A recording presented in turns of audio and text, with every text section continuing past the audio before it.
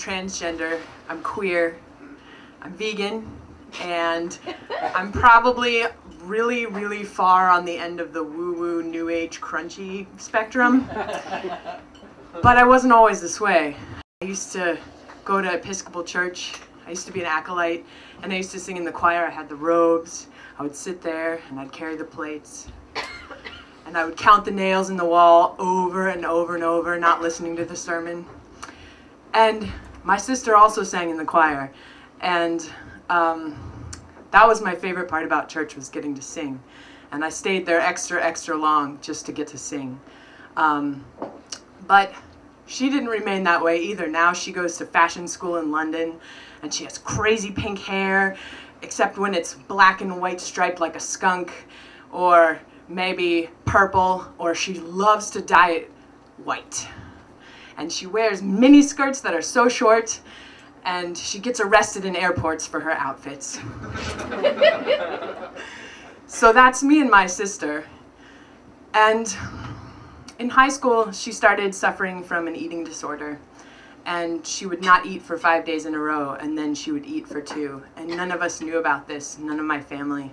But I knew something was wrong, and it bothered me, so we took off on a trip across the country together.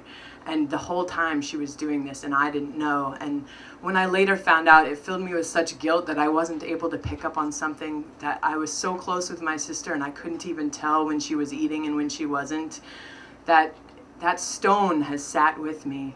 And when she became depressed in London, I wanted to go and be with her, because I felt like I couldn't do anything. From living in Memphis, I was in the South, it was so warm, and she was there in a cold country with the rain coming down. And I just wanted to hold her. That's all I wanted to do, was just hold my sister and make it okay.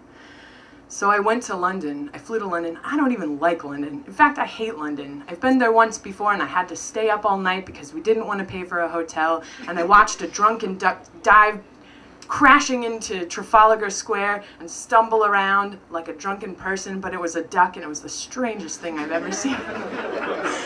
And it threw up, and then it tried to eat something that wasn't there, and it was just very, very strange. And that's how I felt in London, just small and strange and not really knowing what I was doing there. But one day while I was there, my sister got in a good mood, and we decided we were going to go on an adventure across town to get a video, because that's what we were going to do.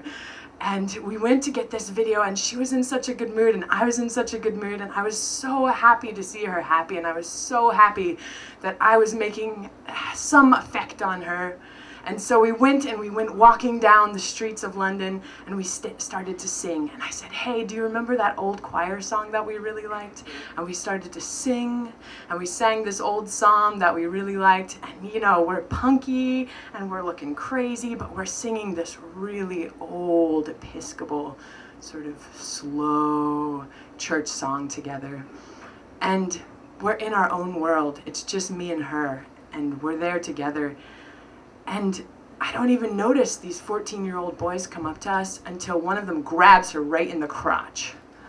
And I am so livid, I swing before I even think about it. And I've never fought anyone before, but I'm so protective of my sister that for some reason I think I can fight. I think I can fight, and this kid, he's been fighting all his life. He ducks, no problem. It's like I was swinging in slow motion and he was a fly, and he just flew, ducked, like, so fast, I didn't even come close to hitting him, and then he boxed me in the ear. And I suddenly realized that I was going to be beaten up by 4 14-year-olds in front of my sister. So we ran. It seemed more noble. And we crossed the city, and the whole time I'm writhing with rage. I'm so angry. I've been boxed in the ear by a 14-year-old.